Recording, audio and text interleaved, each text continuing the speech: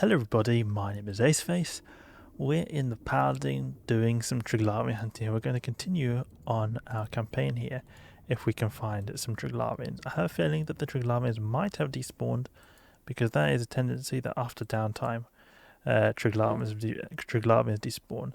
So if you guys not watched the previous video, what happened was we were in a big Triglavian battle here in the system perimeter. Downtime occurred just when I was completing the salvage process. So we pretty much got everything. There's only 2 wrecks, so I don't know if they've despawned or the MTU has pulled them in. We'll see if there's still some value in here. But there was about 30 million in this mobile tractor unit, if I can recall correctly.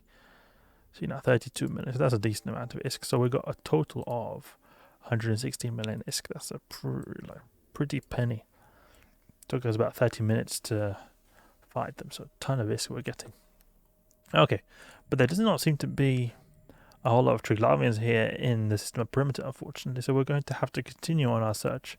We can just check here in the wormhole if there's anything here. Likely that there's nothing. We can even just look towards where we're warping. Trig Wormy does not seem like there's anything there, unless it is that signature over there. Sometimes signatures don't have to necessarily be exactly next to the bookmark when they're not scanned down, but I think most Triglavian wormholes usually despawn when they have encountered downtime. Okay, no, never mind. Never mind, they respawn. So we've got a fresh new Triglavian fleet. Fresh meat, let's go. We've got Bastion Module active. And we're going to go and take these guys out real fast, real quick. Okay, let's go for these tanglers here. And we probably also want to activate our armor repair. Deploy the MTU. And we'll take out all these guys there. It's going to be so quick. The Triglavian stand no chance against the mighty Paladin. This fit, I think, is actually in some ways superior to the Golem. I think this the Golem is a bit more hardcore, and in terms of its tank, it's going to be able to be a bit more robust and survive more heavier waves, perhaps. But this thing destroys stuff fast, so I think that in a way it could be better than the Golem, because if it's able to destroy stuff fast, it means that it'll be able to sort of act defensively as well, take out the threat. If it's too big, then you're still going to be able to, or you're not able to tank so well, then you can take him out quick, so you don't have to tank so much. There's a lot of NPCs here straight up the bat. Usually I don't encounter this many in the Triglavian wormhole, but it doesn't matter when you're in the Paladin, not the Golem, the Paladin. This here just doesn't really care, just goes straight through. And the dual web style is really great. This is something I've been using recently, and it's been working really great at taking out these annoying frigates. Now this guy doesn't seem to be able to be that easy to take out, so what we're going to do here is switch to a bit more application friendly style. Imperial Navy, and then put tracking speed as well. That should hopefully take him out, which it is. Grazing though, so it is going to be more difficult, but it's still possible. And what we could also have done is, if we really wanted to, take out the drones as well. That'll also help. We could actually do that. Deploy the drones. And then we're able to destroy the frigates even better than before. And for you guys who are not familiar with how I use these Nosferatus, is that I put them both, I shouldn't be just having one. I put them both on a Triglavian. They usually provide good amounts of Nosferatu, so get a lot of extra capacitor from them. That's why I have them. I think it's because the Triglavians are usually orbit pretty close, and they have a big capacitor, so they're good to use the Nosferatus on. I noticed that if I use it on the Vedmax, the Damaviks, I hardly get anything. Good. Oh, we've already destroyed the fleet so quick. I'll just use these. Like, since we're in really good application mode now, we can just destroy all the frigates first, the small stuff, then go on the big stuff later. Feels almost like this is like a double fleet or something, because there's so many here. Not usually this many. Destroyed. And destroyed. Come on, destroy that guy, that tangling dammer. Need to land just one big hit. There we go. Easy. The Rasnavorgs are so much easier than the standard ghostings, because without Rasnamborgs. These the non-Rasnamborgs go so quick. Like this blind over here, he's a non-Rasnamborg. He'll be a bit difficult to take out. Take him out, and good to also salvage. Get a good habit of salvaging this in the mid combat, because you'll have a lot less cleanup to do afterwards. So here's maybe where I could consider to use the Conflag. We're going to do a lot of damage with Conflag here. These drones are good complementary DPS. Only issue is that they can sometimes get shot. They don't very often get shot though, because the Triglavians in Triglavian, like Rasnaborg or Triglavian recon fleets that you find in high sec, they don't have such a big amount of drone aggro. Could also be though because we're not like doing so much damage from our drones. That could also be a possible explanation. There we go. Done. So quickly. Sorted out that. Oh, there's another one. Look at that. Got some more. There's a ton of them. It seems like the Triglavian wormhole has been a bit confused now that downtime has occurred. Well, more loot for us. More loot for us. Because it feels like there was like 3 fleets there. Because it felt like the first one was bigger than that. Usually it's 2, and then we've got another one here. Very cool. We'll get a respawn here. No, okay, there's nothing.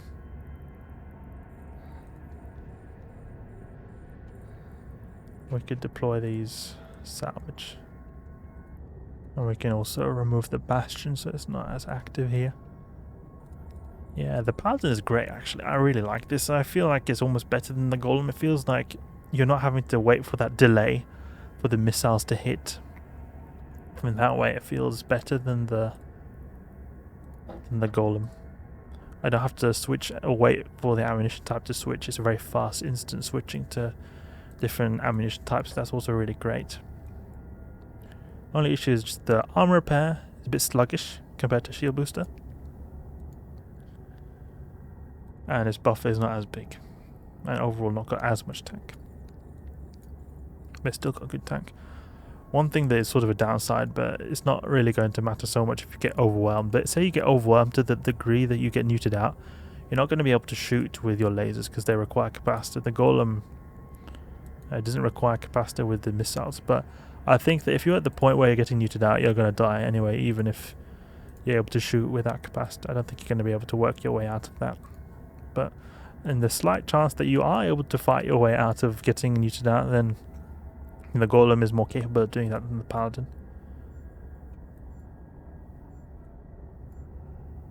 How much did we get here? 17 million, that's good. Very short amount of time actually. 10 minutes took us to get that. Or less than 10 minutes actually. I can stop using the armor repair as well. 18 million. Great. Ooh, our cargo capacity is becoming pretty big. Invasion loot. 160 million. Oof. Our Paladin is really earning a lot of cash here. Grab the MTU. Okay, so we have got fleets here. That's great. So they have come back to life. Probably, if I recall correctly, how it works is that it sort of takes a bit of time after downtime for everything to get started again. So initially there's nothing there, but then there'll be more and more stuff spawning in. So we could maybe dock up in this real research labs and deploy the loot there, or keep that as a loot stash. Do we have a restock station? No, we don't. So we can actually mark this as a restock. Restock.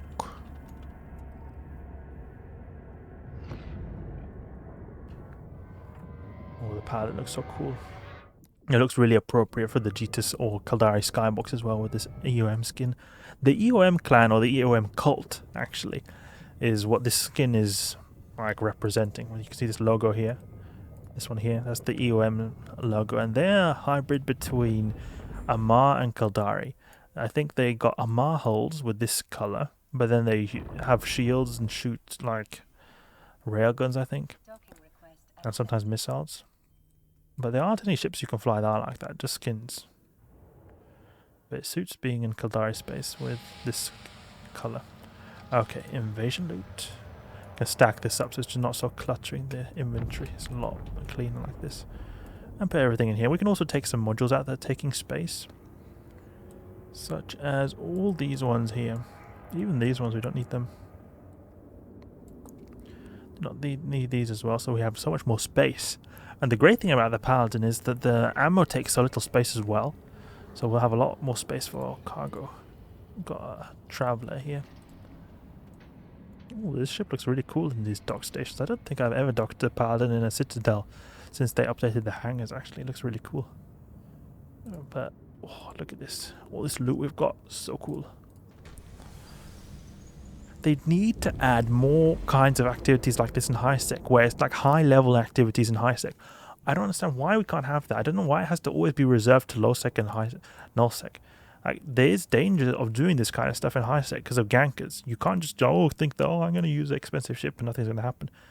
There is a risk. It doesn't have to be as profitable as something in null sec and null sec, but I think that there definitely should be more challenging activities like Triglavian hunting that you can use your marauders and really powerful battleships to do in high sec. Incursions are an option, but they're group gameplay, not a single man gameplay like I'm doing here. So I guess I am asking for quite a niche aspect, because it's high level gameplay in high sec for particularly solo people, but I think there's a big market for that actually, more than perhaps one would expect. Okay, so there's very few on the scan, but you know why I think that there's very few on the scan? Because, oh wait, they seem to be retreating maybe. Because we are very far away from all these planets actually. Probe scanner. What is over here? Nothing here. Nothing here. Nothing here. Here and here. Is there anything left? No, they don't seem to be here. Where are they? Where are the Triglavians? We can go to the Trig Wormy to check again to see where they are. But very profitable, this ship is making big cash, but it is also requiring big cash to use. I mean, this whole fit costs 5 billion plus. Then you need the implants, which is probably like 3-4 billion as well. So it is very expensive. Very, very expensive. These 05 implants probably you don't need. But these Asclepians are probably the most important rigs. Or not rigs, the implants. See if the wormhole is still here. It could be that it has despawned. No, it's not despawned. Okay. It could be that we're just far away. Yeah, we were just far away from planets because they're all over 14 AU away, so we're not able to see it so well. There's something over here. Go to perimeter 8. Take him out. Cleanse this planet over here. Do any of you guys do Triglavian hunting? I don't see a whole lot of people doing this actually. And I'm wondering why, if you don't do Triglavian hunting, what is the reason you don't do it? Is it because you're worried about dying? Or is it because you have done it and you died? Because I can imagine there's a lot of people who tried Triglavian hunting, had a very expensive ship and died. And I think that the reason probably most of these people died is just because their ship wasn't good enough. You need to have a really powerful ship to be able to do brawl style Triglavian hunting. You can get away with cheaper ships, quote unquote cheaper. They're still not cheap. 1 billion maybe marauders, but instead of 5 billion, 1 billion. Doing sniper style is a lot cheaper, but it can still be risky. If you make a mistake, you're going to get be punished a lot more than making a mistake as a brawl style. Because a sniper style doesn't usually have much tank. It's just made to keep it at range. So if you guys, do a lot of you guys do Triglavian hunting, and if you don't, have you tried, and what's the reason you don't do it currently? It could also be, I think, the reason that maybe not a lot of people do Triglavian hunting is that it takes a lot of time investment. Or that was actually more a thing of the past for me, because to find them is a big thing of itself, but I don't find that to be as big of a thing, because if you Google Pochven entry manual, you can find systems that have a lot of Triglavians likelihood to spawn in. And there's like different kind of clusters, or like different groups of systems that are related to a Triglavian system. So there's like a Triglavian system called Sender. It was captured by Triglavians. It used to be a Caldari system, I believe. So they're like systems associated with Sender. That one of them could be perimeter, and they have a likelihood of spawning Triglavians. And so the Sender kind of group of systems is the one I often explore in, and I just go through, like, I think it's 8 systems. and one of them almost pretty much always has Triglavians. And so finding Triglavians I find to be a lot easier than it used to be because I've learned more about it. But a good way to learn more about this is if you Google Pochven entry manual.